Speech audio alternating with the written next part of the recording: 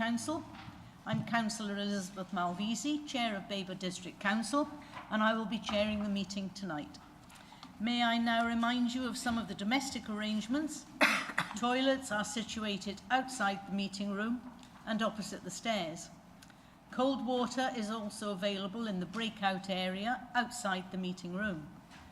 If the fire alarm should sound, please leave the meeting room by the first and nearest available fire exit and congregate on Ipswich Town Football Club training pitch. Do not re-enter the building until you are told it is safe to so do. I would like to remind everyone present that this meeting will be broadcast live to the internet and will be capable of repeated viewing. The whole of the meeting will be filmed, except where there are confidential or exempt items. If you make a representation to the meeting, you will be deemed by the Council to have consented to being filmed. By entering this meeting, you are also consenting to being filmed by the Council and to the possible use of those images and sound recordings for webcasting and/or training purposes. The Council, members of the public and the press may record, film, photograph or broadcast this meeting when the public and the press are not lawfully excluded. I'll now move to the agenda. Apologies for absence. Thank you, Chair. We have received apologies from Councillor Paul Clover, Councillor Helen Davis, Councillor David Busby and Councillor Isabella Rees. Thank you. Now, Councillors, Councillor Maybury? It's actually Isabel Rees. She gets very upset at the mispronunciation. I do apologise, Councillor Isabel Rees. Thank you. Thank you for that correction. Councillors, does anyone have an interest to declare? Councillor Maybury? Thank you very much, Chairman. Because it's mentioned in the SIL review, I declare that I am a trustee of the Friends of Lavenham Library. Libraries are mentioned. Okay, thank you. We now move to paper BC 2341 to confirm the minutes of the meeting held on the 20th of February, and this is for accuracy only. Councillor Riley. Thank you, Madam Chair. I recall that at the last meeting, the Chief Executive issued some clarification as to the indemnities provided by the Council to its councillors who are directors of companies, of council companies. There is no mention of that in these minutes. Could we please have a review and perhaps at the next minute have a correction?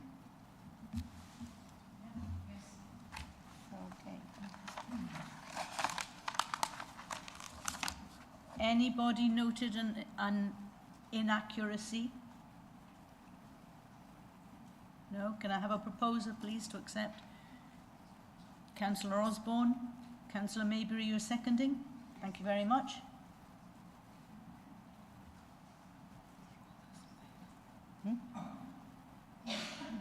All those in favour? Oh, and me. That's carried. Thank you very much.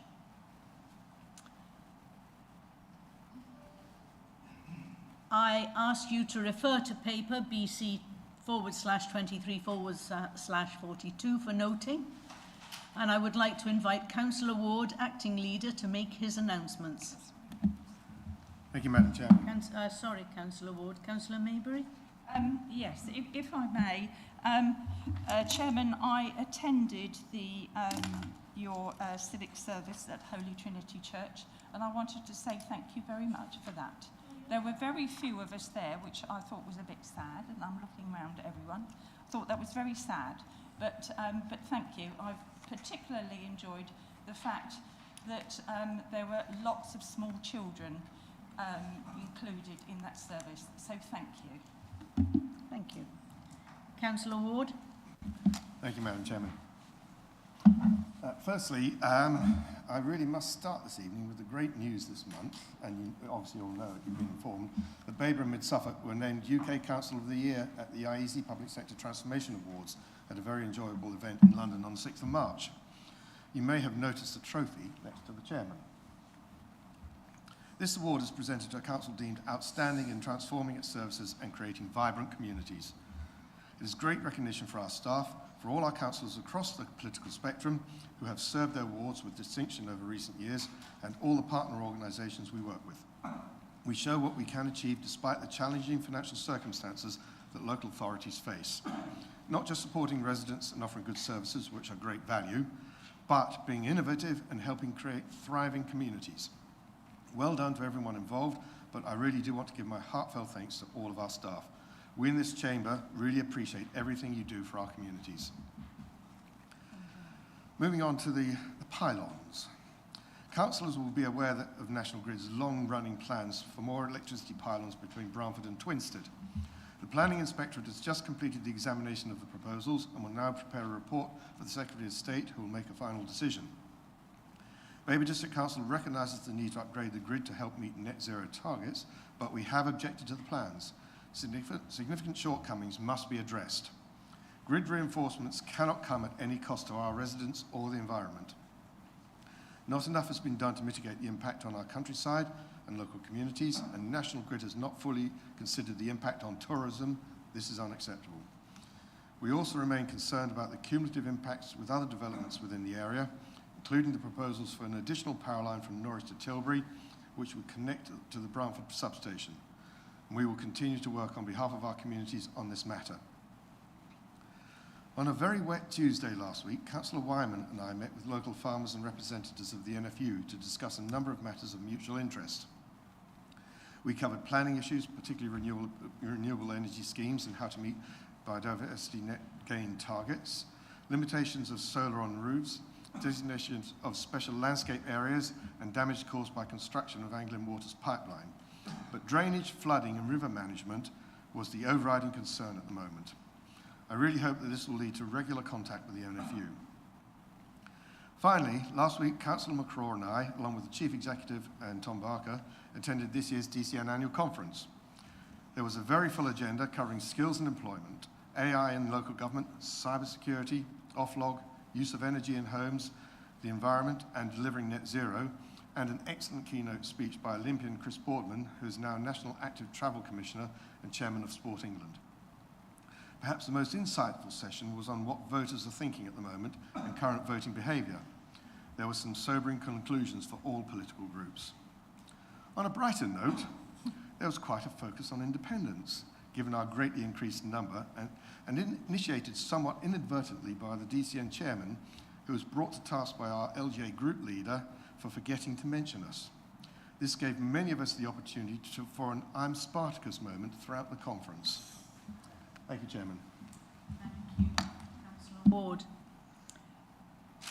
Okay. We now move to the debate of the proposed Suffolk devolution deal. And I would ask for a proposer, please. Councillor Ward. Can I have a seconder, please? Councillor Potter, thank you. We're now moving to debate, and you've got 3 minutes per councillor, and this will be timed. If I may, Chairman, I am a little confused because the presentation was out of public view. Is this debate now in the public view? Yes. Yes, it is. Yes. Okay, Yeah. thank you. Well, the consultation is out there in the public, so we are debating the deal. Yes, but that was a question that I did ask at briefing that was going to be relayed and hasn't been. So thank you. So we're debating in public. Thank you. Yes. Does anyone wish to open the debate? Councillor Register, you can speak for 3 minutes only and it will be timed. I won't take that long. Suffolk is a diverse county, geographically, demographically and economically. It has areas of high deprivation and others of great affluence and wealth with much variation in between. A single leader runs a high risk of concentrating resources in certain areas to the detriment of others. Additionally, how do we ensure that there's no duplication of functions between different authorities so that the counties start impinging upon districts and so forth? That's my point. Thank you. Anyone else? Councillor Potter and then Councillor Ward. Thank you, Chair. I'd like to focus on my area. There's a lot said about accountability we heard, but it still seems as though there is a lack of accountability with power dispersed among the different levels of government. Ensuring accountability becomes crucial. This has got to be the line between ourselves as districts and Suffolk County Council. Now, Suffolk County Council is accountable to its residents, but the involvement of other local authorities in these service provisions that we all provide, these can complicate, in my view, accountability structures for those, so it's not clear-cut in this issue. So that's the area I'd like to focus on, please. All right. Yeah, for me, I've watched this evolve over the past 3 years as a member of SBSL, and it has been a collaborative approach up until now. What is on offer, on the table doesn't seem a huge deal at the moment, but it does leave the scope for something more to come, as has been experienced in other areas, particularly Greater Manchester and the West Midlands. It's a question of, yes, we've got on offer extra money, extra powers. Do we want that or don't we? There are a number of issues, and I think we all have our concerns, our doubts. The money isn't a hell of a lot. It's not going to allow us to do a huge amount at the moment, but at least it is something, and it's a start. The question is, do we believe in the principle of devolution or not? Or do we think that, well, locally we're not really capable of doing it, central government, you keep doing it for us? It's a matter of demonstrating that we do have that desire and that capability and building on that. Yes, there are concerns over the collaboration between the directly elected leader and the districts and boroughs. And I know, and I do have, and I know my fellow leaders within the county do have those concerns as well, particularly should the leader change. Councillor Hicks is very collaborative, but any future leader may well not be.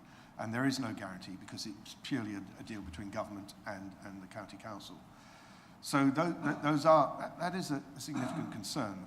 I know that, but I can't see that any fears there should override the potential for this, not in the next few years, but the potential down the line. In 10 years' time, we can look back and we can think, well, look, we managed to work on this and get so much more out of it, and look what it's done for Suffolk. And our friends in Norfolk are going ahead. We don't want to be left behind by them, surely. The matter of the politics and the constitution and how a directly elected leader would work should he or she be a different party from the majority in the council. That's really not likely to happen if there's a significant majority that elected from one party, because that means that the leader will probably be from that party as well. It'll only become an issue should there be a far more balanced council chamber, when you could quite possibly end up in that scenario. But in those circumstances, the directly elected leader would have to be collaborative. He or she would have to form a coalition. No bad thing. So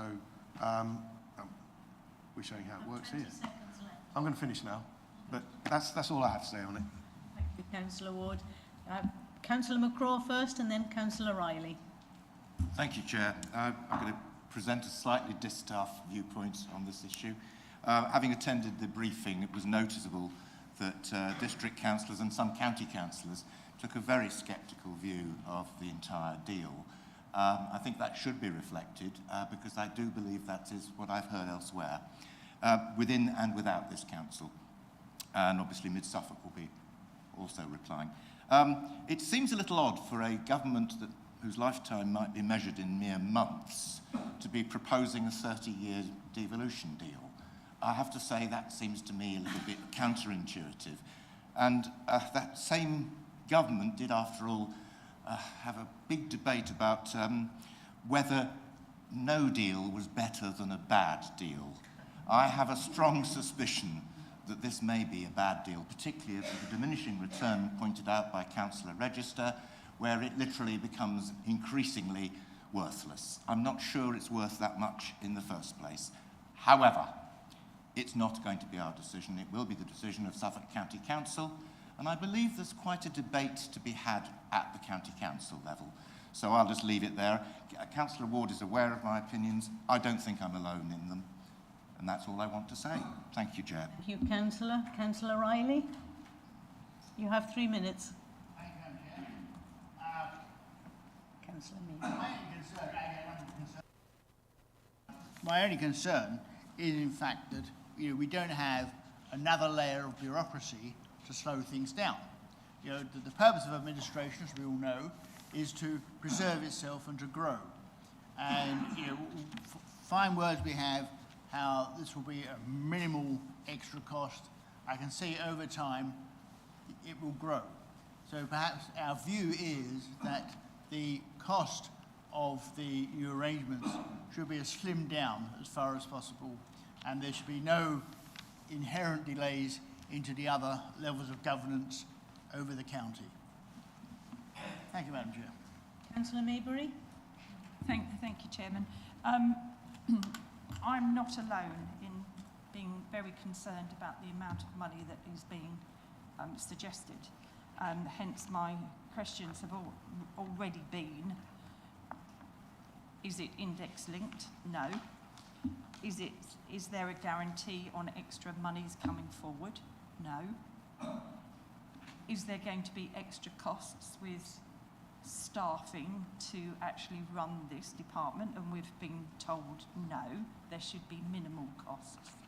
But I think the biggest concern for the district is probably the uncertainty of it all.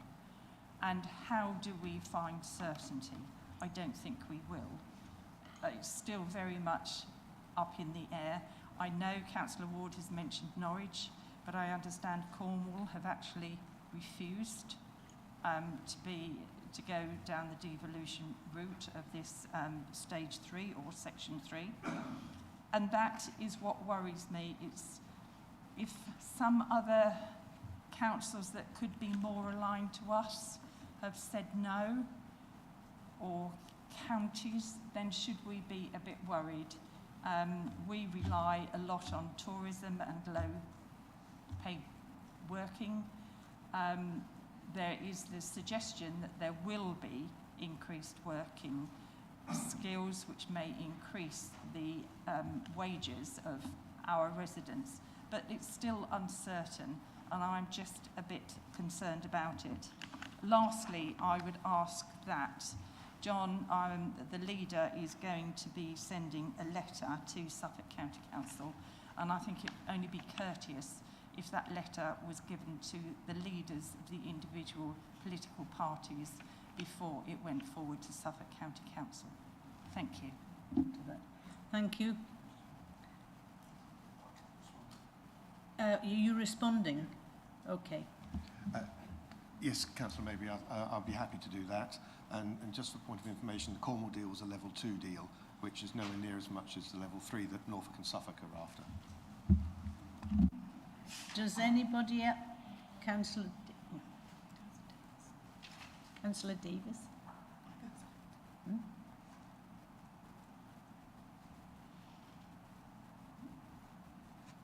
Yes. Councillor Davis and Councillor Holt. Did I have that? Yeah, like fellow members, I'm very concerned about this and very cynical as well. This is the third time I've heard the presentation, and I have to say I haven't been particularly impressed by what we're told and what was on offer. And I will also say Councillor Ward mentions about us being left behind, but when another councillor asked Councillor Hicks if Babergh, for example, would be left behind, he said it didn't matter because the deal would go ahead anyway, and what the districts thought is irrelevant. That's paraphrasing, but basically that's what he said. And I disagree about Cornwall as well. I think it's absolutely right that Councillor Mavis pointed that out. After a public consultation, Cornwall decided not to go ahead, whether it's level 2, 3 or whatever, it doesn't matter. And I also think that there's two aspects about this tonight. Should we be having the debate before the public consultation has come back? Let's listen to our residents. What do the residents think? What do the businesses think? Then we should have the debate. And I know this is a consultation, but it's interesting that all three left before we had the debate. They don't care what we think. That's my view.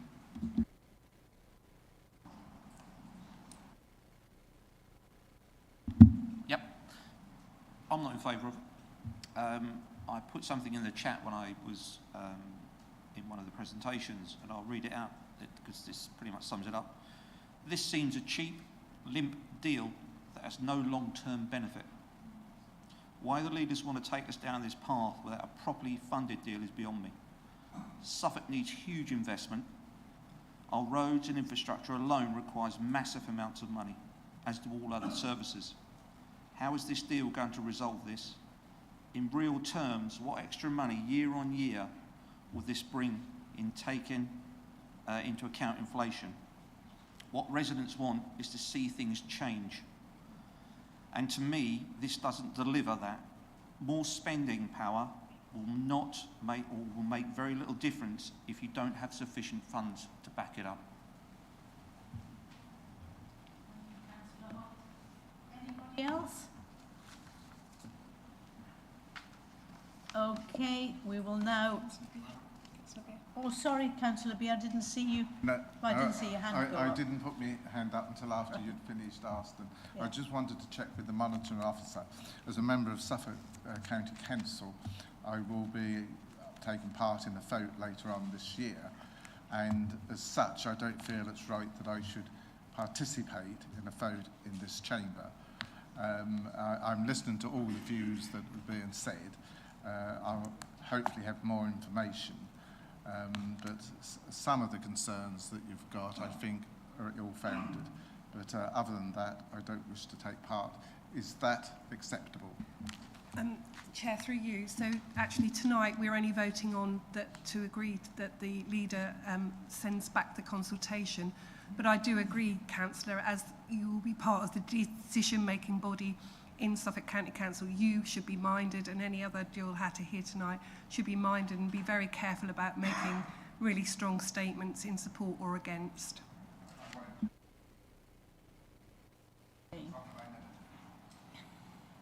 Thank you. Now I will ask the Assistant Manager Governance to conduct the electronic vote, and what you're voting for is to delegate authority to the Leader of the Council to collate the views of the Council and respond to Suffolk County Council. Okay?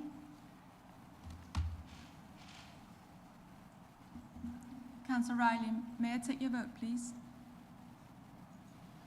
I'll vote for. For. Councillor Owen?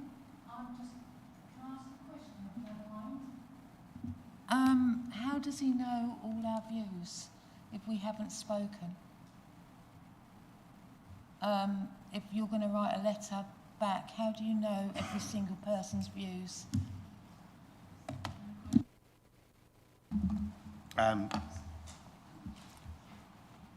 Alicia has been taking notes of the debate this evening, and that will form the basis of the response to the Leader of the County Council. But I'd be very happy if anyone wants to send me an email with any further comments and views, and we can bring those together and collate it all together so that everyone's had an opportunity to respond.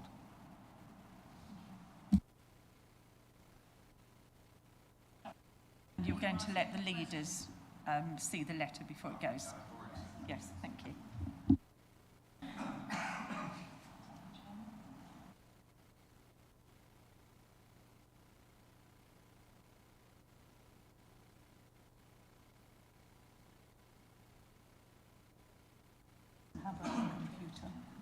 Councillor Beer, may I take your vote, please? I will abstain at this point. Thank you.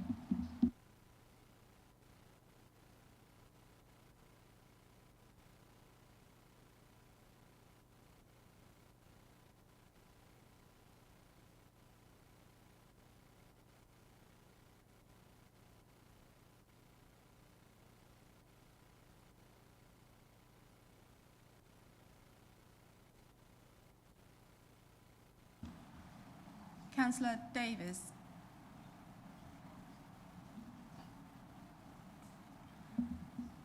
Councillor Derek Davis, have you placed? You voted.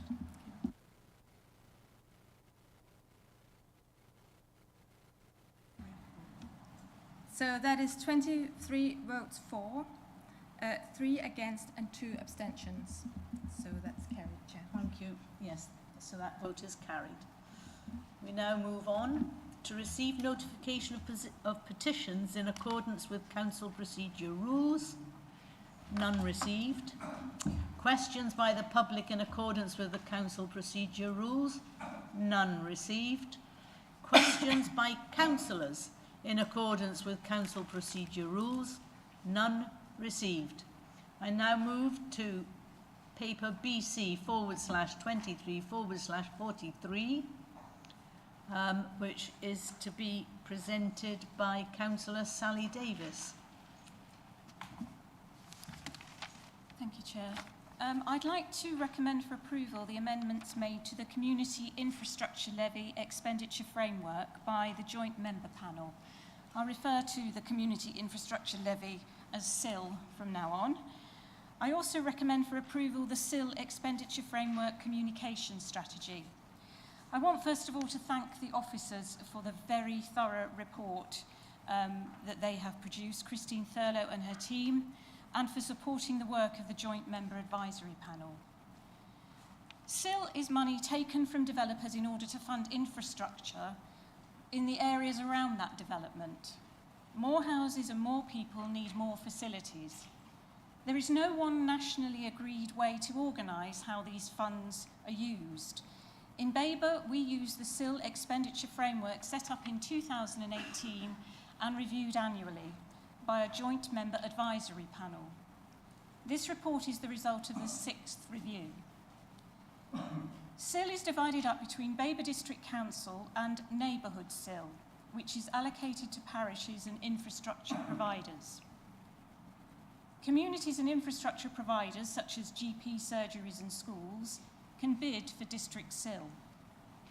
The current review was carried out in January 2024 by the joint member panel made up of 7 district councillors from Babergh and Mid-Suffolk.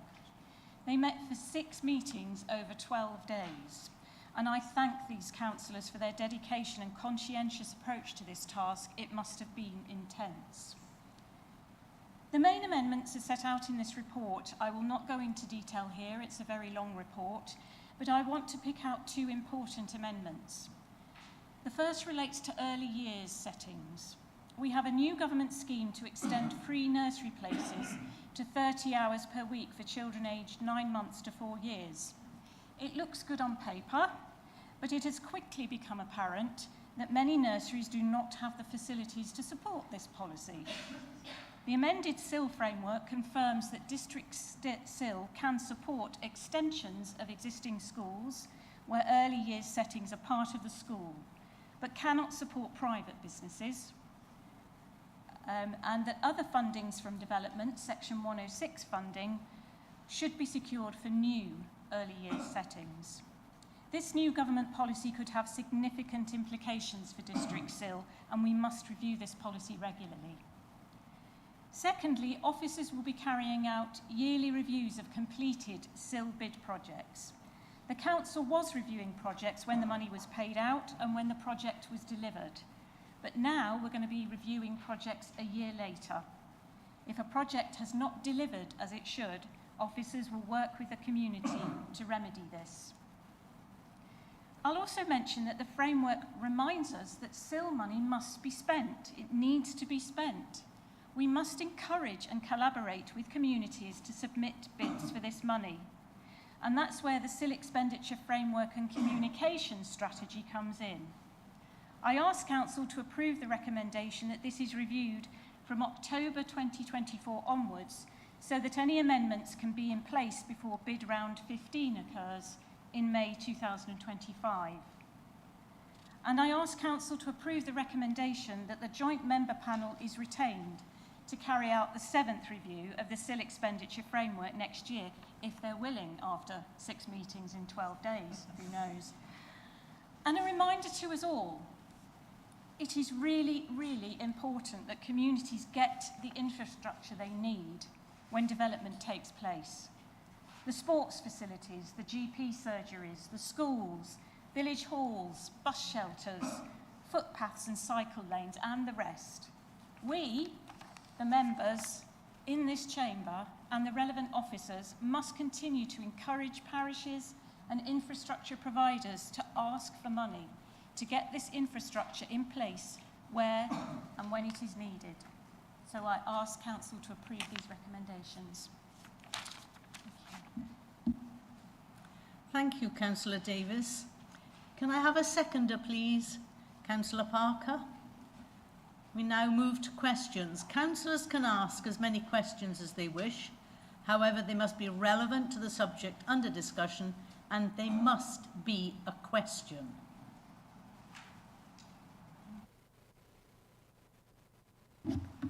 Thank you, Chairman. I'll ask the first question, then you can tell me if I can carry on or whether I have to stop. Thank you. My first question is, on the recommendation 3.3 is that the joint member panel be retained for the 7th review.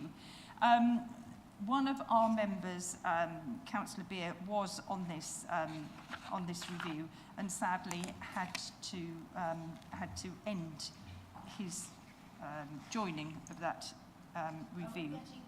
We are. My question is, well, I'm just getting up to it, you know, nicely. Because first of all, I'd like to thank Peter for doing it. And my question is that I hope that as a group we will be represented again, and just to make sure that we can be represented again, even if it is not Councillor Beer. That's my first question. Thank you. Thank you. I can confirm that you will be represented. It's really important that this is a cross-party panel. Thank you. Any other questions? Councillor Holt. Yeah, page 30, just below 4.5, it says framework expenditure, then bullet point clarity around funding investments. It's about sports clubs, really. I raised it with Christine at the time. I'm just concerned this may be exploited by certain clubs and associations. I'd like to ensure that the sports associations that may be applying, i.e. whether it be football association, rugby association, hockey or whatever, that funding, those associations commit to funding whatever projects may come forward, which should give some comfort that the project is a viable project and ties in to the governing body's ethos of supporting their sporting groups and bodies.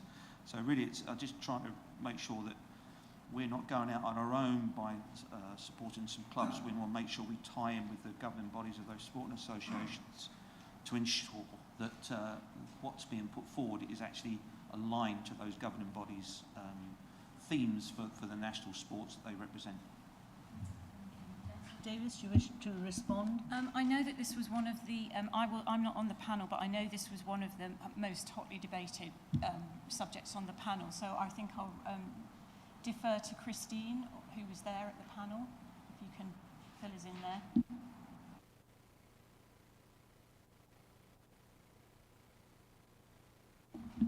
Thank you. The joint member panel looked into a situation regarding bringing in sports and social clubs because they do provide a very useful facility for communities which address a lot of different issues, well-being, health in the communities.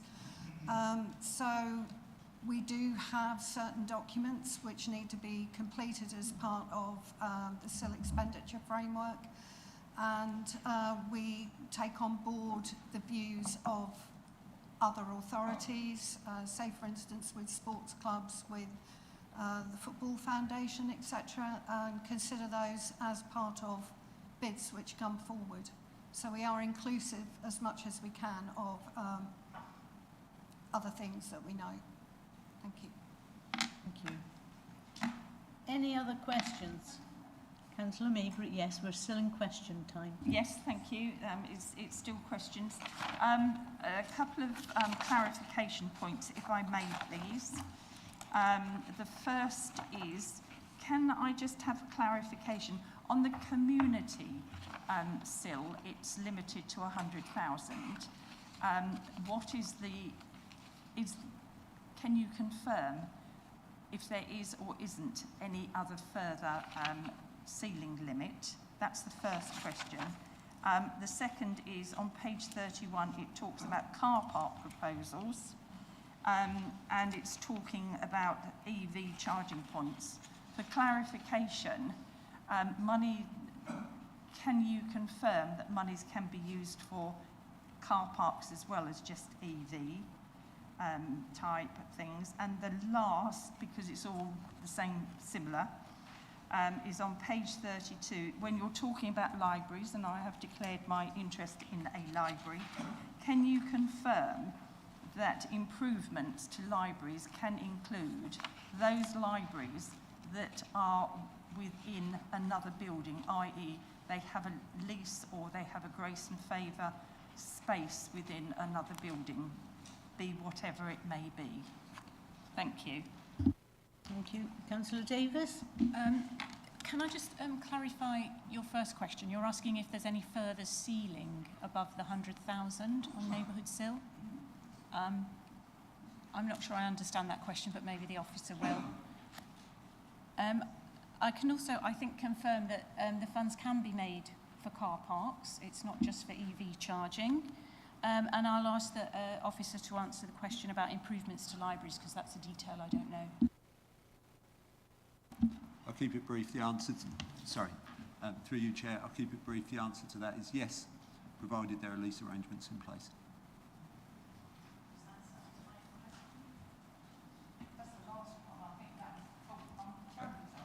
I think the last one was libraries.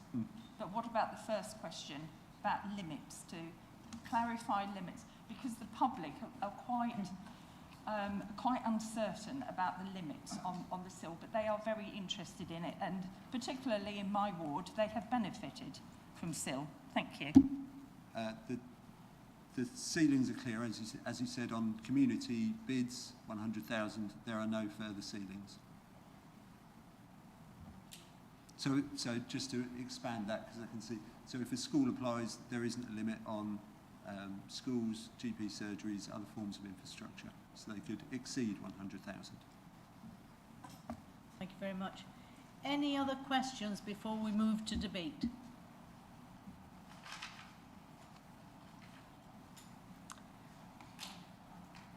One more question. One more, very quickly. And this is a question directed, and that will probably not dear me, to legal services.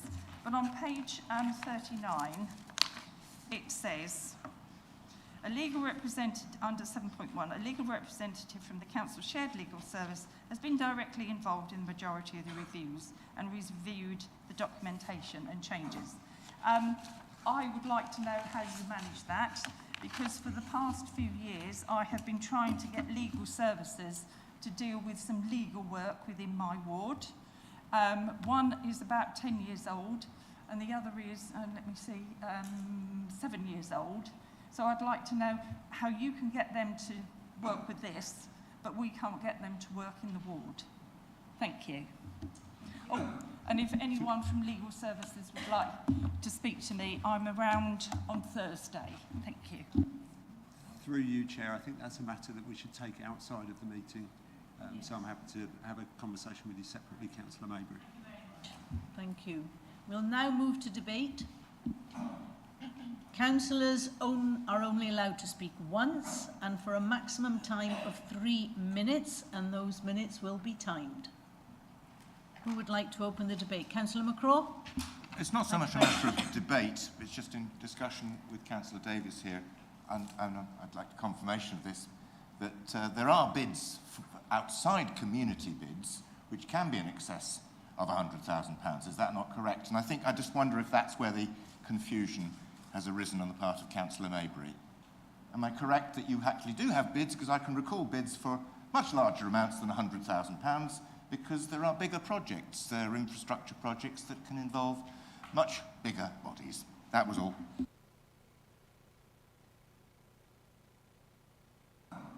Councillor Maybury and then Well, I'm Councillor going Holt. to move it on. I'm going to propose that this is accepted or seconded or whatever anybody would like me to say. So let's move it on. I mean, SIL has been an advantage to, of an advantage to the district.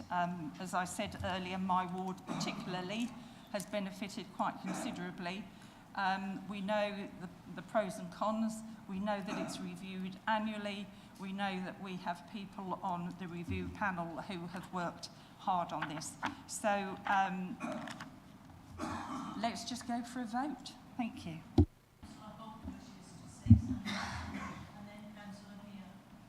I'll Yeah. second it. All I was going to say was I think most members will reiterate it's been a resounding success still.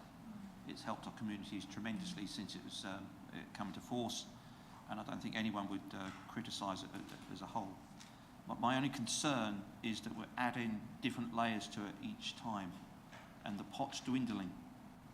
So we have to be mindful of how we manage that pot going forward, what income is coming in. With house building dropping off, we're not necessarily having so much come in. So my only concern really is that we don't add too many layers, too many different sectors that can apply when the pot is is quite small. And with Ipswich Borough Council knocking on our door, wanting or threatening to ask for large chunks of money, it's a concern as well. But overall, a great success, and we'll support the paper. Thank you. Yeah. Councillor Davis, do you wish to respond, or shall we just go straight to the vote? Chair, you've got to go straight to the vote. If you vote straight to the vote. Councillors, please vote. It's over to you. Oh, you're voting, are you, Councillor Riley? Sorry? I would like to enter the debate before you go to vote. I've closed the debate, and we're voting now, which is why I asked you if that was your vote, knowing that you haven't got your computer. Thank you, members. Please cast your vote now. Thanks. Councillor Beer, may I take your vote, please? Approve. Approve. And Councillor Riley, may I take your vote, please? Thank you.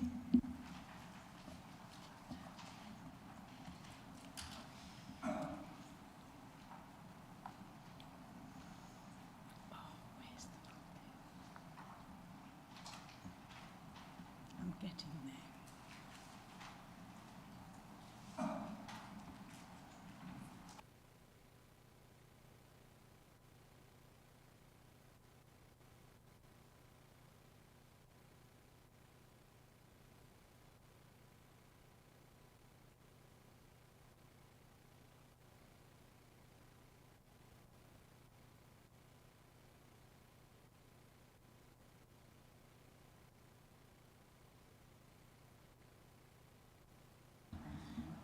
Councillor Ward?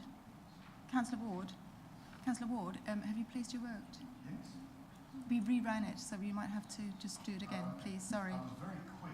I know you were. I saw you were. So we.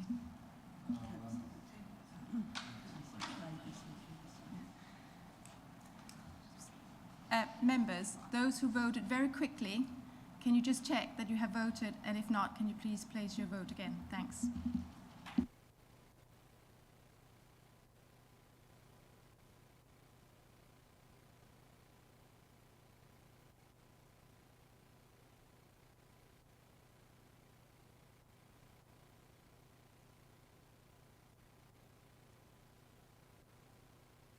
Thank you, members. That's 28 votes for, and that's carried. We now move forward to item 10 on the agenda, paper BC/23/44, and I hand over to Councillor Carter.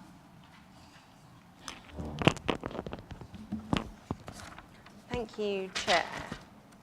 It is with great enthusiasm that I present this paper to Council, reflecting extensive efforts and dedication in addressing the pressing issues of preventing homelessness and rough sleeping within our district.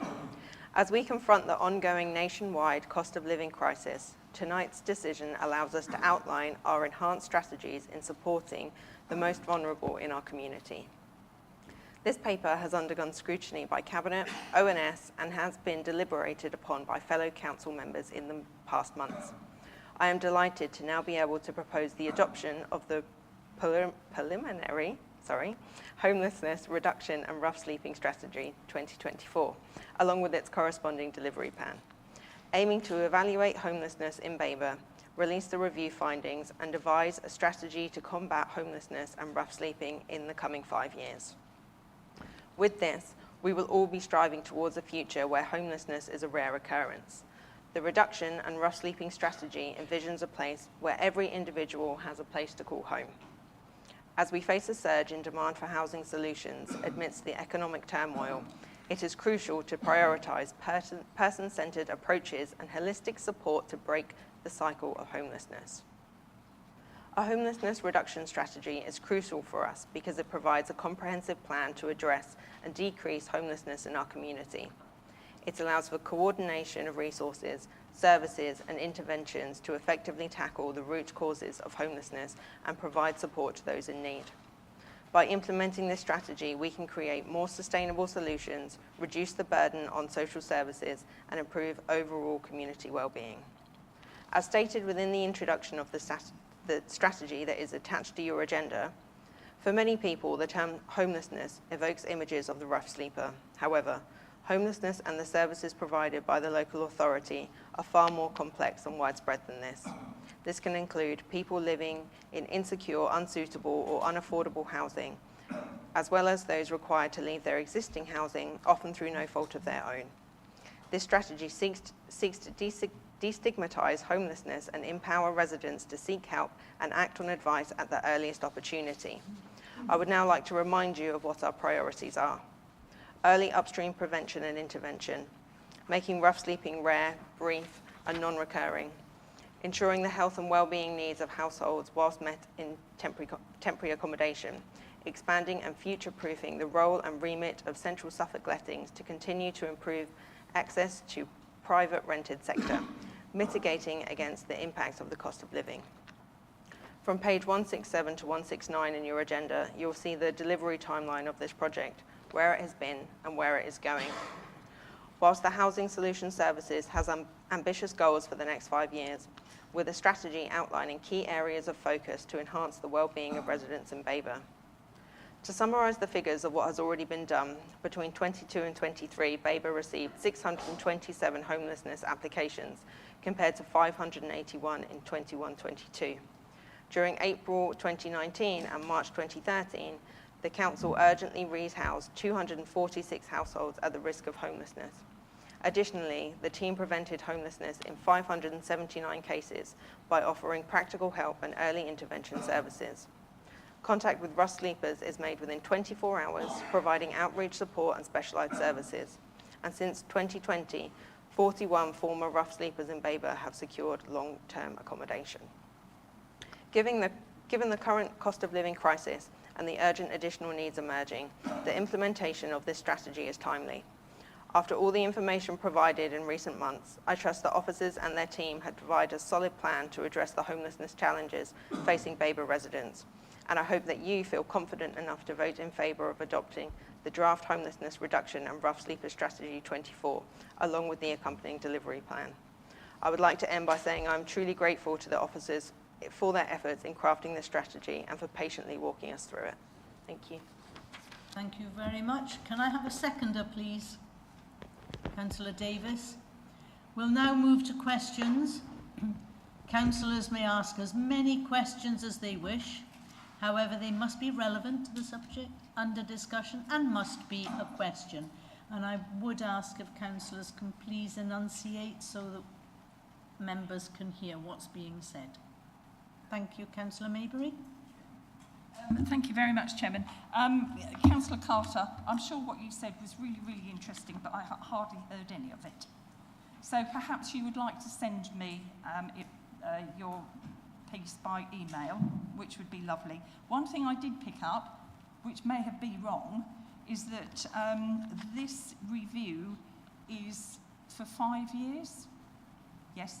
That is not in the recommendations. I would have thought it would have been put in the recommendations that it was for 2024 to 2029.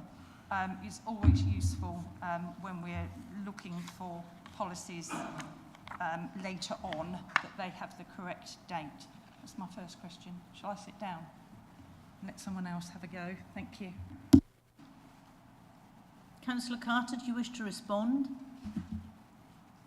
I'm very sorry you couldn't hear me. I will try and speak up. I even have an extra microphone, so I'm really sorry. I will send it across to you now. So the review is every 5 years. Oh, the review is every 5 years, and although it isn't in The recommendation, it is in the options considered. But can it be, we'll make sure it's put in or outlined further next time around. Just assume that, or do they need to put it in? Okay. Chair, we can amend the recommendations if it's appropriate to add that in. I would look to the housing officer to just confirm that that is appropriate. Yeah, I think it's in the key information that is from 2024 to 2029, but we can amend the report to say that it's a part of the recommendation to be for 5 years.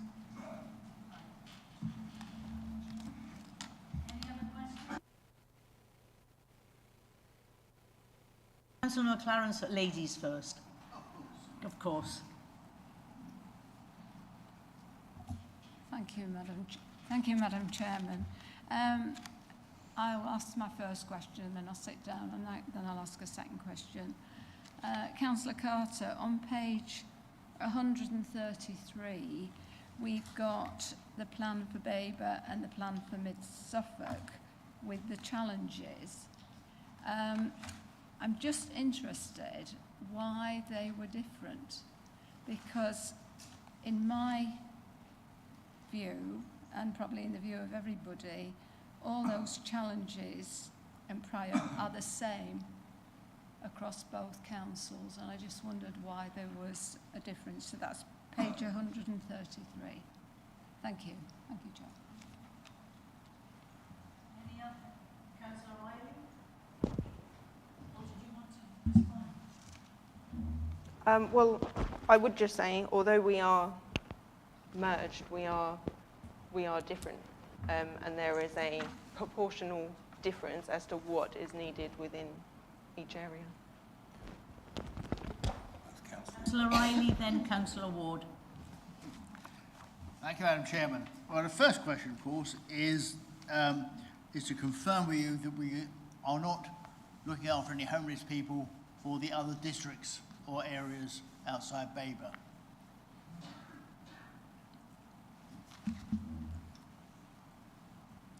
I would say that we look after our, I don't want to say our own, but we would look after our own residents.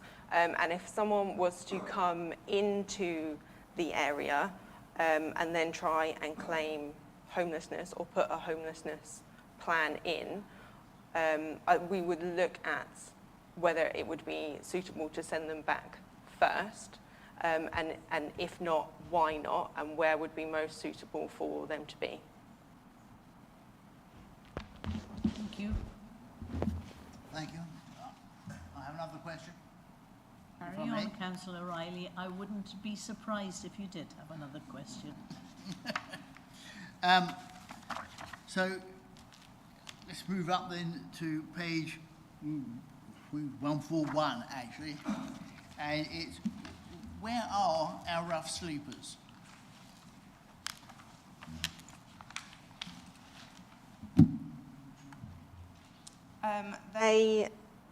They can be anywhere, as I stated, although you may not have heard me. I'm very sorry. If you see someone on the streets, that is acted upon as quickly as possible, and they can be put into temporary accommodation or wherever it is that is most suitable for them to be.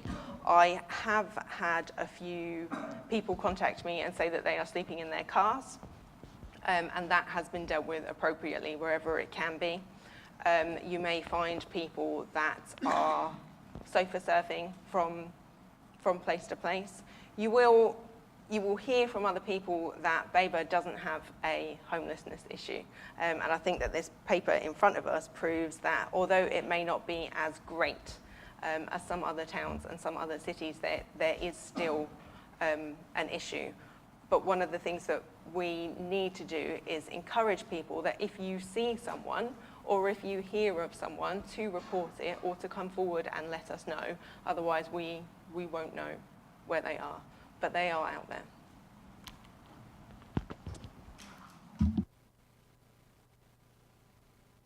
I'll come back to you. I just wanted to clarify a bit more about the priorities and why they're different, if I may, rather than the question. Because the two administrations separately sat down and worked out their own plans for the future and the priorities are part of those plans. And each had a different emphasis, reflecting the different nature of the two administrations.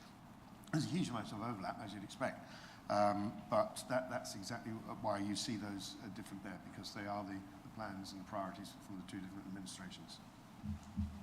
Councillor Alwyn? Thank you. Do you try and keep the homeless people in Babergh area, or do they go to Ipswich and places like that?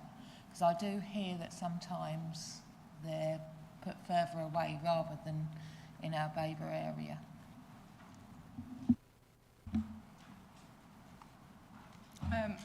Again, I think it would fall under wherever it is appropriate. I suppose it would depend on the age, if there was somewhere suitable for them to be within the area. The first thing that you want to do is try and keep someone within their hometown, within their network, within their circle.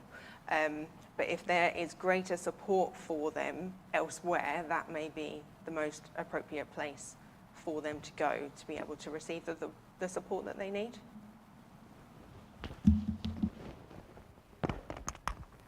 Councillor Riley, then Councillor Ward, then Councillor McLaren.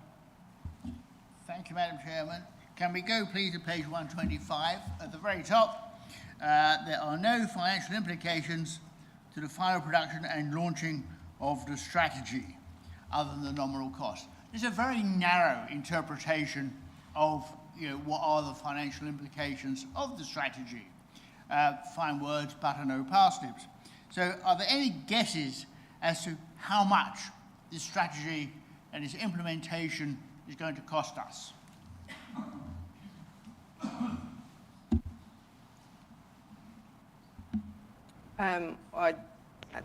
Councillor Carter, that's what I was about to say. For exact figures, I would have to defer. Sorry. Thanks.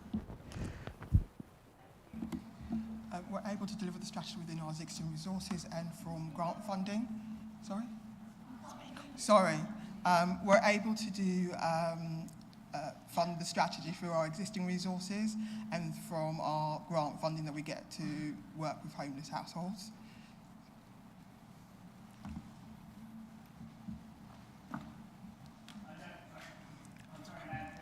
I made a point of putting in my hearing aids this evening and replacing the batteries as well, but I didn't understand a single word of that.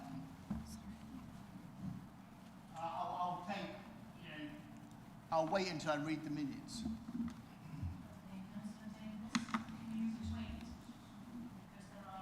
Sorry, I was just going to clarify the point for Councillor Riley, because I do appreciate it's further away. But I just repeat what Emma said. and is that basically that the resources that are already in place are paying for this strategy. So, and that's pretty much what she said. So the resources are already there. Does that satisfy you? Oh, no, it doesn't. I'm very sure. Do you have another question? Or I do have another question. sorry. I do have another question. I have the same question, actually. Not where's the money coming from, but how much is it? Yeah, how much are we thinking of allocating to this project? You know, I'm not suggesting that it's too much or too little. I just want to know what it is. And I would think this place in this paragraph, 6.1, under financial implications, is to say what it is. I accept the figure is not available. Councillor Carter, do you wish to respond before I move on? Yes, so I believe you are not saying that you don't believe that the money is there. The money is there, but you are asking for the exact figure as to what it is that is being spent. Is that right? Yes. Carter, Yes. Well, we can. Yes, but yeah. Well, I'll get that figure and I'll send it to you. Yeah, Yes, outside thank the you. meeting. Okay, we're moving on. Councillor Ward, then Councillor McLaren. Thanks. I just got a question about placement outside of the district. I'm not sure this is necessary. Well, it's kind of homelessness, but if somebody has been placed outside for their own personal safety, perhaps a domestic violence situation, and their circumstances change and it's safe for them to return, do we still have a duty of responsibility to rehouse that person, or do they become the responsibility to, say, West Suffolk or East Suffolk if they've been placed outside of Babergh? Because they might want to return due to family connections and other reasons. I believe that would depend on how it is that they were housed. If it was supported temporary accommodation that only lasted 2 years and then they wanted to come back, that may be able to be looked at a different way than if they were placed into housing and then had to sign up to Gateway. And then, as you said, it would have to be down to connections as to, because you don't necessarily have the connection as to where you live to give you the right to stay in an area. It might be that your family connections are somewhere else, therefore that is the place that you would have the allocation for. Thank you. Councillor McLaren. Thank you, Madam Chairman. On page 139, I was pleased to see that you were considering the viability of a mobile customer access point for rural areas. As I represent a rural area, and on Shotley we do have a low level of customer access. That's not because there's not a facility, but the numbers are quite low in comparison to the rest of the district. Can I ask if you, in that process, that you will include ward members in any discussion or exploration of what is available? Thank you. Councillor Carter, do you wish to add anything? Councillor Saw, we're still in questions, so I'm trying to move to debate. Okay, carry on. Could I ask, there are two areas here which I believe may have a great impact on our homelessness strategy. One would be the possible cessation of the Household Support Fund, and have we put in place any interim measures in case that happens? And my second question is, we know that the County Council has asked the districts and boroughs to take on some of their responsibilities as regards homelessness. Miss. And I wonder if you could address how the districts have been liaising with the county council about that. So unfortunately I have two questions. Thank you. I feel that they both, I suppose, fall into one. It was a shame when county removed that funding to try and clear that budget. We were informed about it quite late, but there has been a delay, so we are able to try and see what it is that we can do, as well as working with other councils within Suffolk to see if there's something that can be done collectively. Thank you. Thank you. Councillor Potter? Yes, thanks, Chair. I've looked at the statistics, page 146, impact of homelessness on children. Councillor Potter, could I ask you to speak a little bit more? Yeah, I'll try, Chair, yeah. So, impacts on play, for example, you've got 6 out of 10 in 10, 61% children lack space to play in their temporary accommodation. Mental health impacts on there, 26%. These are national statistics.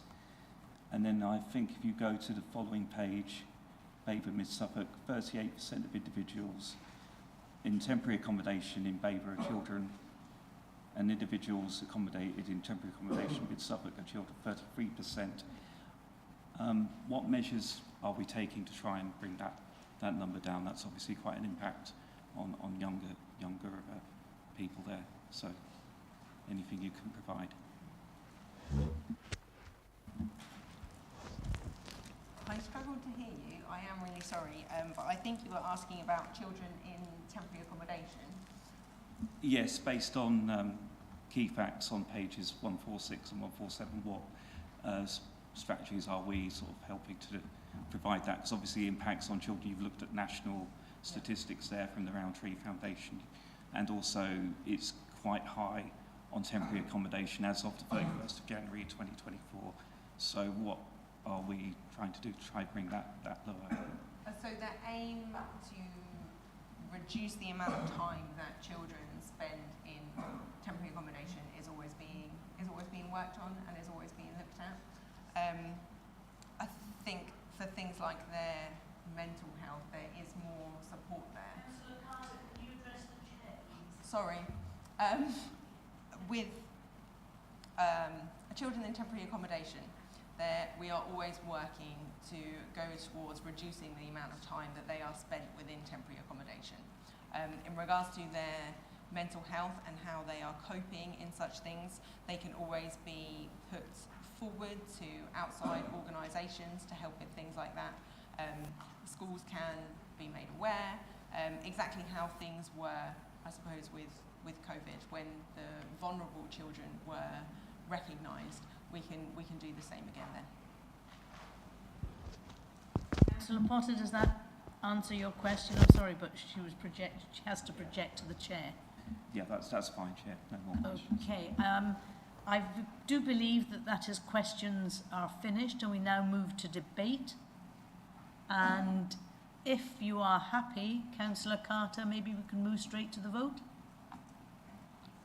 Members in agreement? Thank you very much. Sorry, Councillor Ward.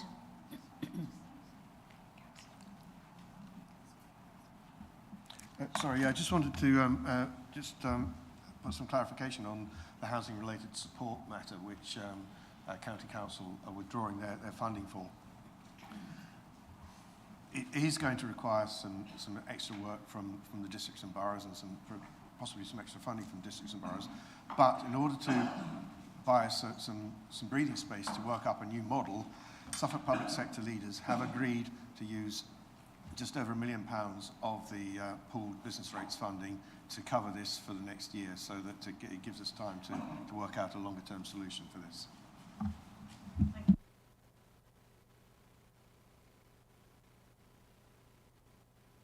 Or can we move to the vote? I would just like to say that I'm a fan of Emma's and Deborah's, and I think the work that they've done with this is amazing. However, Could the report be a little smaller, please, when we have so much to read? Thank you. Okay, we're moving to the vote, so I'm asking the Assistant Manager Governance to conduct the electronic vote. Thank you, Chair. That vote is now in progress. Councillor Beer, may I take your vote, please? Approve. Approve. And Councillor Riley? Approve. Thank you.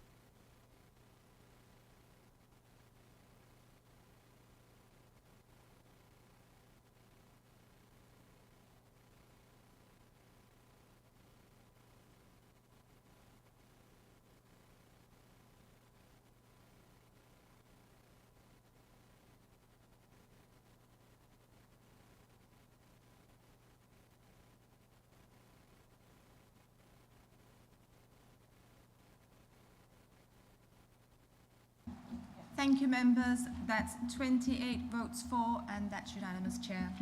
Thank you very much. Thank you. Members, we're going to take a 5-minute natural break.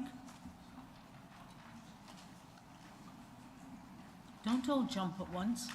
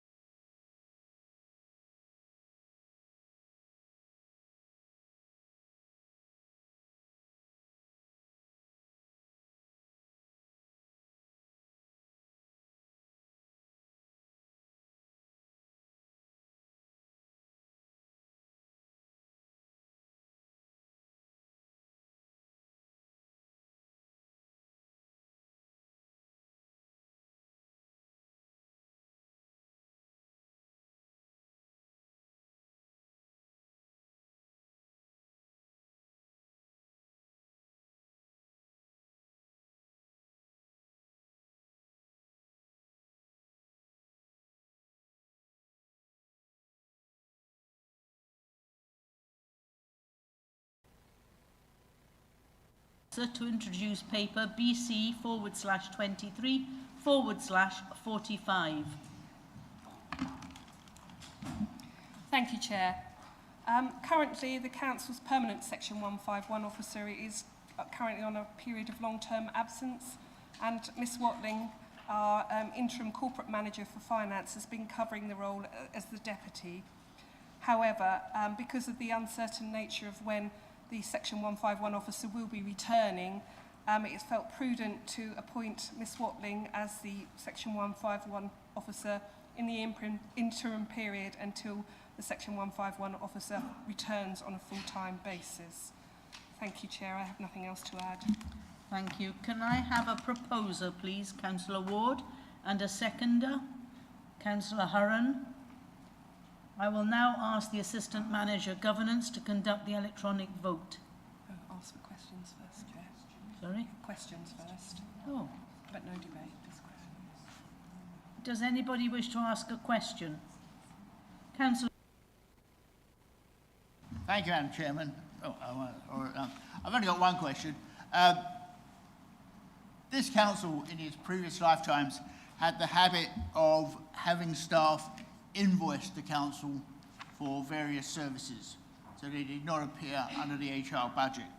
Can I just have an assurance that there is no invoicing of services in this instance? Thank you, Chair. I can confirm that the arrangements, the financial arrangements, Miss Watling has agreed to do this without any extra financial remuneration at all. Thank you. Any other question? Okay. Assistant Manager Governance, can you conduct the vote, please? Thank you, Chair. Members, that vote is now in progress.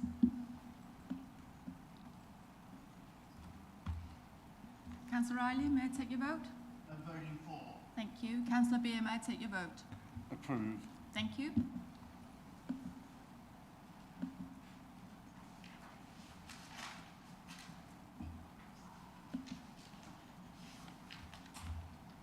Thank you, members. That's 28 votes for, and that's carried, Chair.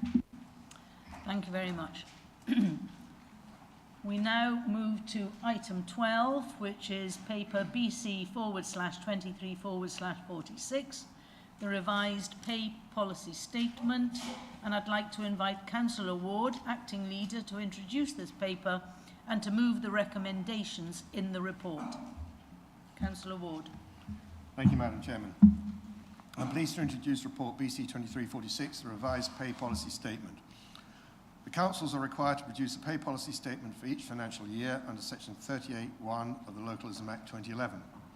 The pay policy statement must include a policy on a number of things: level and elements of remuneration for each chief officer, and for the councils, this is defined as the senior leadership team. The remuneration of the council's lowest paid employees. The relationship between the remuneration of the council's chief officers and other officers. Other specific aspects of chief officers' remuneration, use of performance-related pay and bonuses, termination payments, and transparency. Babergh and Mid-Suffolk District Councils have a single organisational structure with harmonised pay, grades, terms and conditions of service, and have a single pay policy statement which covers both councils. The pay policy statement being recommended for adoption is attached to Appendix A, and this includes the amendments highlighted in section 3.4 of the covering report.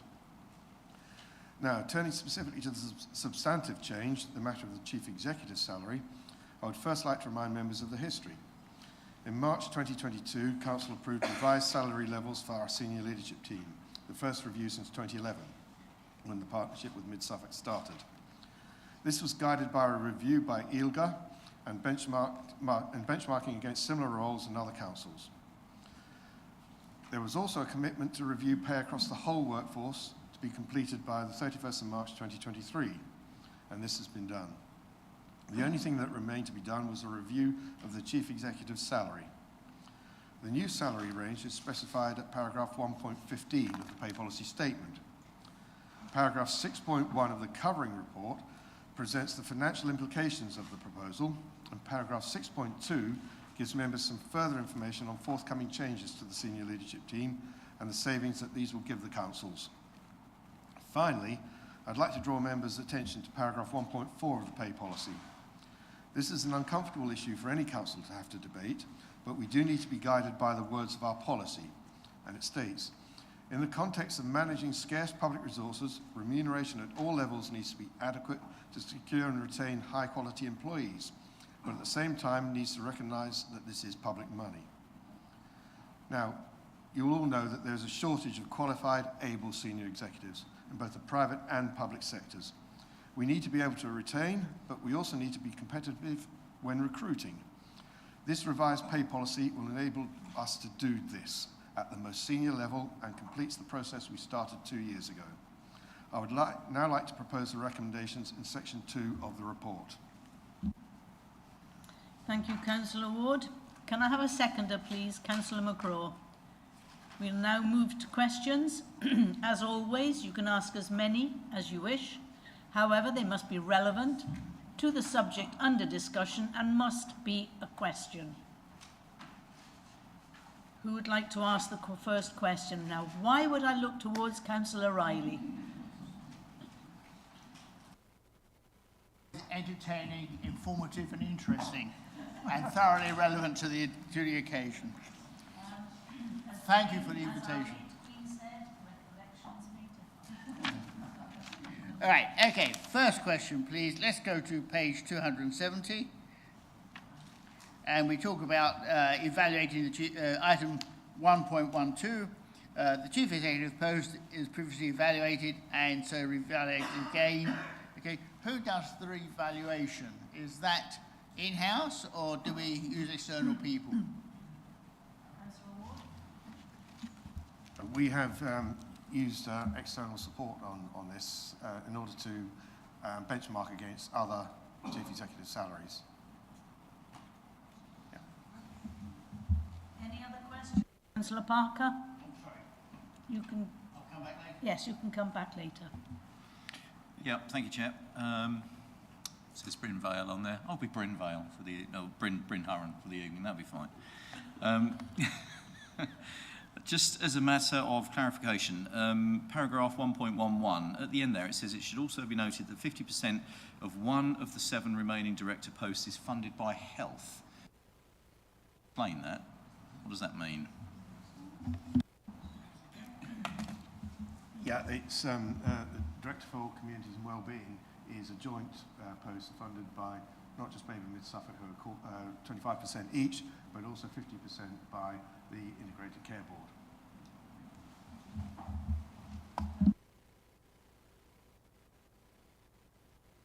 Madam Chair. Item number 1.15, Chief Executive. Is the Chief under these new rules, is the Chief Executive receiving an increase in his take-home pay? Yes, you'll see from section 6.1 of the covering report that gives you the immediate impact of this, so that the Chief Executive will move from his current salary up to the next spinal point above his current salary on the new pay scale. That will mean, with various additional costs, the on-costs, a total of just over £6,000 shared across the 2 councils, which will be about £3,000 per council, as indicated in that section of the report. Councillor Riley? I don't appear to have a 6.1. Of the covering report, not the policy statement itself. Okay, we'll... Page 267. Yeah.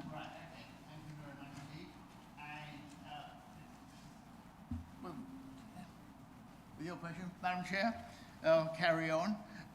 Item number, paragraph number 1.16, which is, when does the Deputy Chief Executive depute? I mean, what does, I mean, we know that the American Vice Presidents just go to funerals. You know, what's our position here, please? What are we getting for our money? You're getting a very highly qualified, experienced and talented senior leadership team.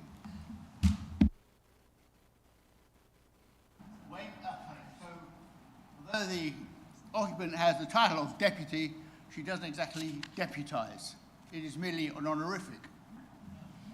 Not at all.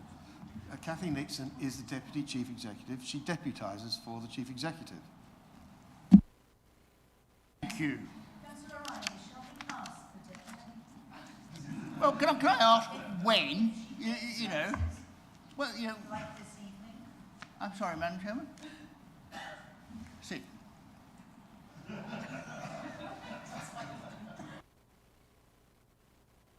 I'm deputising for the Chief Exec.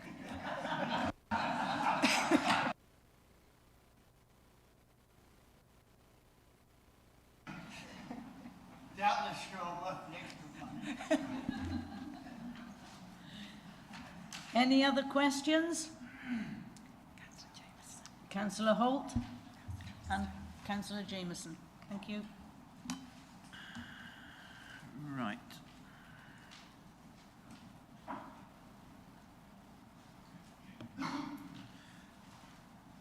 Page 269, 1.5, last bullet point. Performance-related pay. Do we do this? Who does it? And does it also include the Chief Executive? The Chief Executive has annual appraisals, and that's conducted by the leaders of the two councils.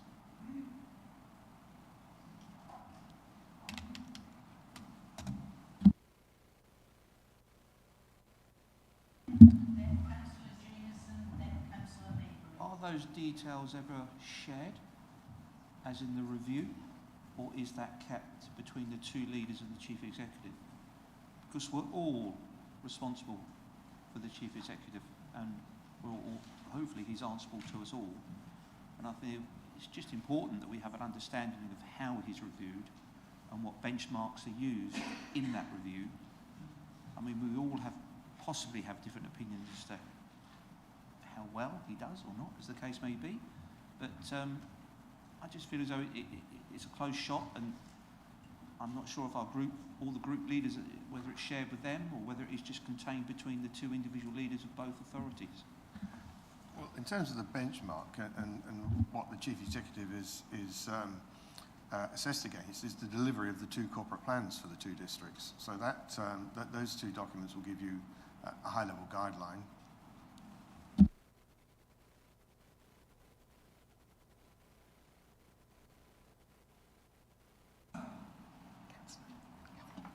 Just a point that when the Chief Exec is appraised, there is also a survey goes round to a random group of staff not selected by him to gain staff views as well. And on different years, the views of different other members have also been sought. Okay. Just, No, Madam Chair. no. First of Sorry. all, No, Councillor Jameson, then Councillor Maybury, It's only a then point of Councillor clarification McCraw. on that very point, if I might. Okay, a point of information. A point of information, exactly, Chair. I do apologise. 1.5, the pay policy statement refers to each chief officer, and I think it's important to establish that covers the entire senior leadership team. So when you look at the final bullet point being referred to by Councillor Holt, that's a matter of the whole assessment of the SLT. And as I understand it, there are spinal points on each pay grade, and that forms part of the assessment. Now, that is normal in local government. In fact, if you look closely at it, you will often see it used in parish and town councils. There are spinal points on the pay grade, and you assess the workload of each officer, and that would be part of a normal employment process. I just thought I would point that out. It's not just the Chief Executive in this paragraph. Thank you. Councillor Jameson, then we move to Councillor Maybury. Thank you, Chair. Very similar question. I'll change it slightly. So is the Chief Exec's pay assessed against key deliverables and targets at the moment, rather than going forward? It's not really a direct relationship between pay and that, but certainly in terms of his assessment of what he's delivering, that's against the deliverables and targets, which, as I said, driven by the corporate plans. There aren't specific numerical KPIs, if that's what you're trying to get at the moment. So going forward, if we agree the new pay range, will that then come into it? Will performance related, as in key deliverables and targets, be within part of that new range? Yeah. I think Councillor Saw might want to say a few words on that particular subject.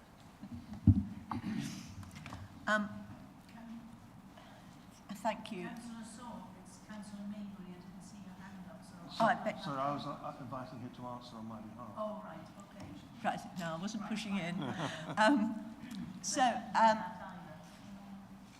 Going forward, as regards the corporate plan, at the moment we are compiling delivery plans under each of the 3 pillars of the corporate plan, and obviously they will be measurable and they will be. Councillor Holt, we discussed this a couple of council meetings ago, and you asked me a question about the corporate plan as presented in January, and was that it, and were we going to put in measurable deliverables under the plan? And I replied, yes, we were, and those are the things that the director team will be assessed against. But it is not completed as yet, but it will be imminently. Thank you. Councillor Maybury. Thank you. This is all very interesting because at the briefing I specifically asked what the CEO was rated on for his performance and who did it. And I was told it was the leaders of the 2 councils, it was a select group of the members, plus it was the leaders of political parties. Now, I've never been asked, and my predecessor has never been asked, and I've been struggling to find somebody who has been asked when it's a leader of a political party. So the information that we are being given is actually, I'm going to say, duplicit, and I'm sorry that I've used that word. Well, it is. No, it's not out of order, because Councillor Ward is saying one thing, I have been told another at a briefing, and I was not the only person in the political leaders group that was there. So we're not getting the correct information, and that is why I'm asking, what is the correct information about the Chief Executive's performance? Councillor Ward. The Deputy Chief Executive did provide further clarification on what I said in terms of additional member involvement in the process. So I think that probably covers what you're trying to tease out here. But I think clearly from the nature of the questions that we're receiving that there's a certain amount of uncertainty over this, and we probably need to, outside of obviously the scope of this meeting, is to make sure that is better understood, more formalised, so that we don't have this the issues that you're trying to identify here.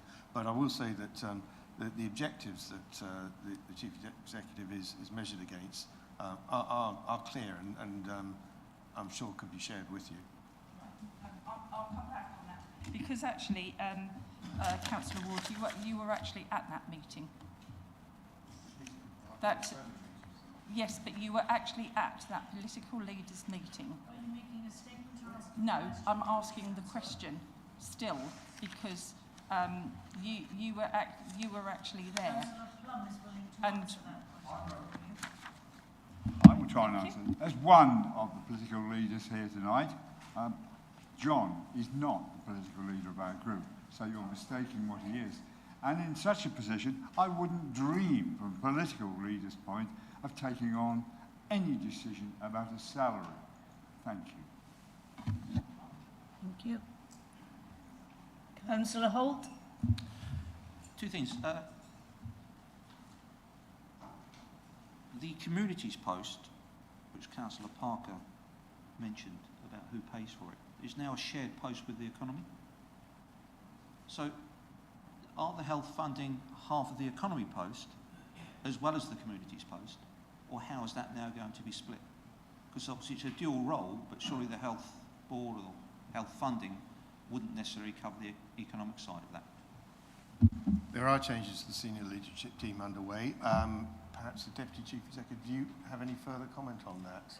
Yes, indeed, I can confirm that health are continuing to fund 50% of the post. Thank you.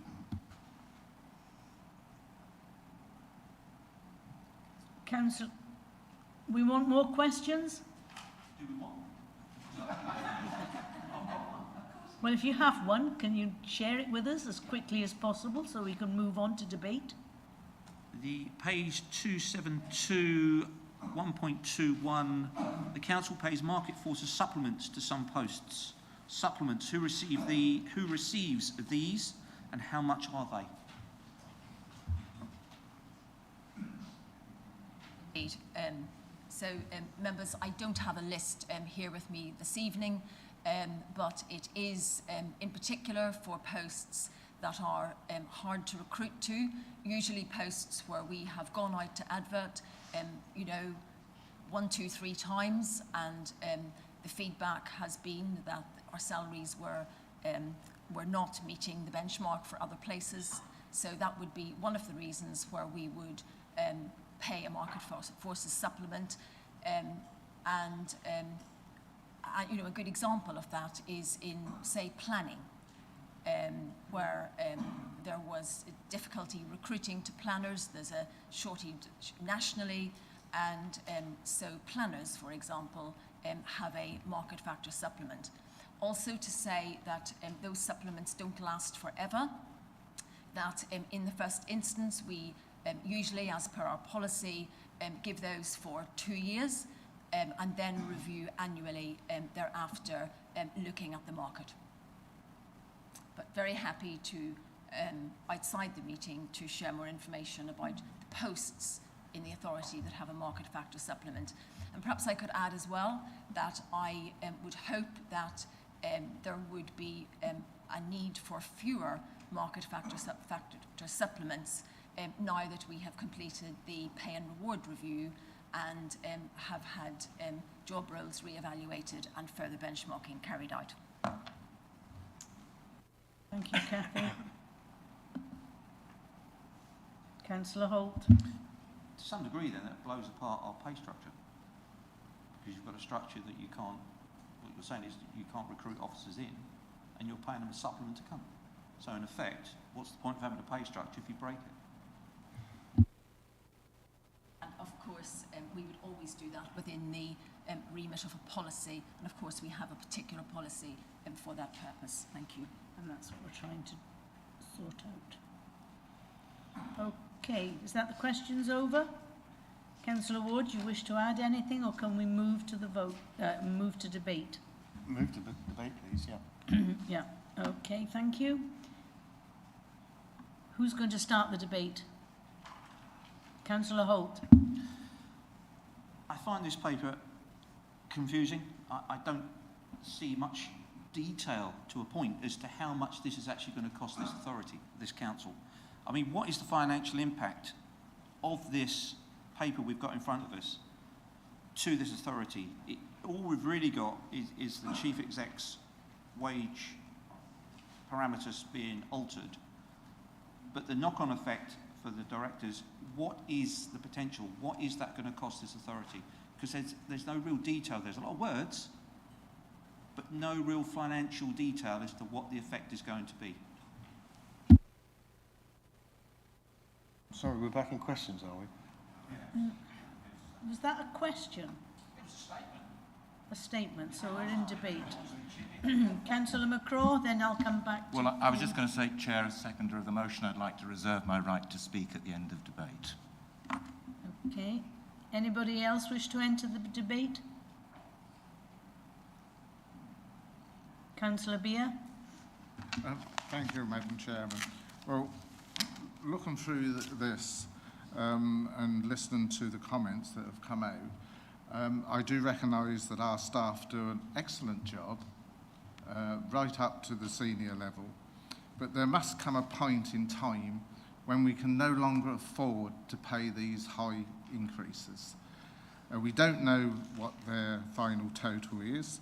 It's been suggested in the papers certain figures, but there's bits to be added on, and we heard from my colleague behind that all the details weren't there. I think we have to be realistic, Madam Chairman, that the public out there can't afford it, and we need to pay a reasonable rate, but to continue to just keep putting it up to hang on to people when this council cannot afford it. I'm sorry, I will not be supporting it.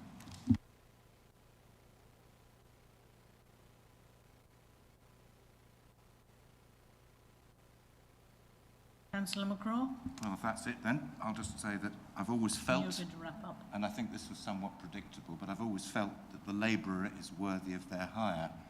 Councillor Maybury may be familiar with the source of that. Our pay policy over the years has been fairly steady, and I think it's important to note that our benchmarks are compared with other people in a similar position.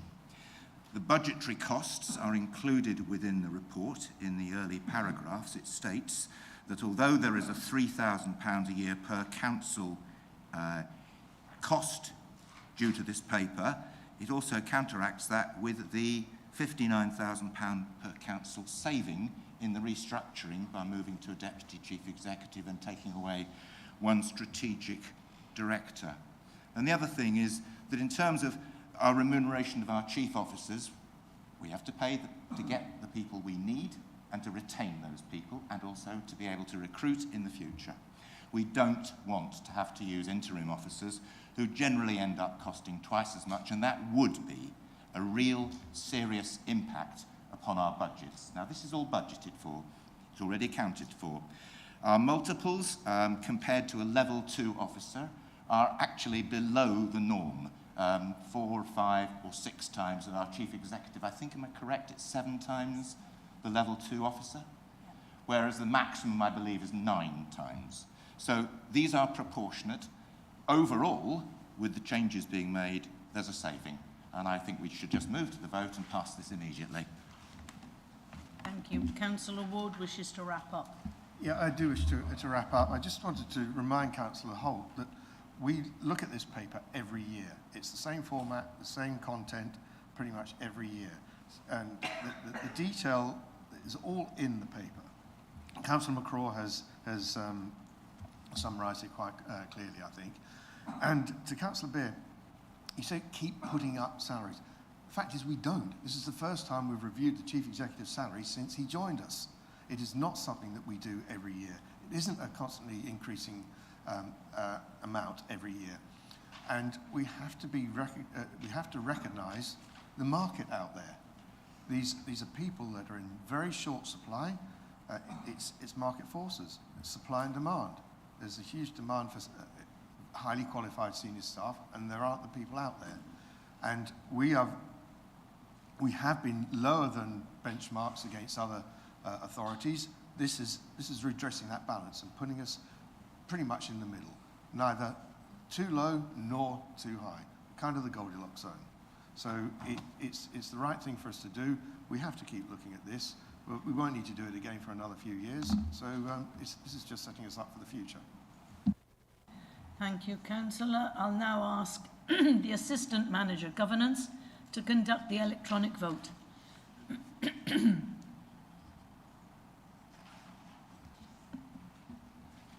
Thank you, members. That vote is now in progress.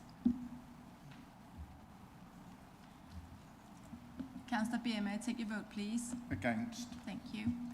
Councillor Riley, may I take your vote, please? Thank you.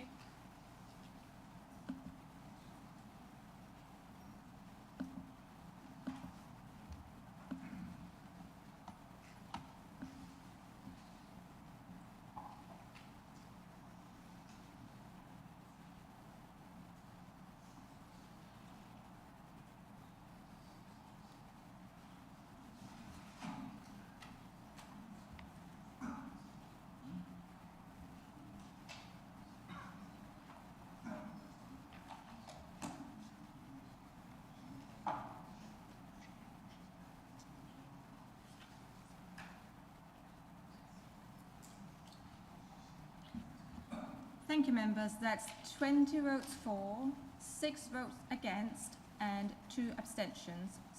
Chair, that vote is carried. Thank you very much. We now move on to councillor appointments, and I refer you to the appointments in the tabled papers. Are there any further changes to the appointments? No? Okay. Can I have a proposer, please? And a seconder?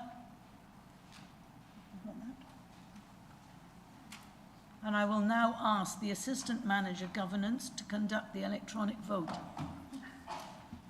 Thank you, members. That vote is now in progress. I think do a hands up. Shall we do it by show of Is it hands hands instead? up? Yeah, Thank you. Okay, hands up, everyone. Thank you, members. I think that's carried. Thank you very much. Motions on notice? There are none. So the next meeting is on Wednesday, 24th of April at 5:30 p.m. and I presume here in the chamber. Thank you very much, everyone. Thank you.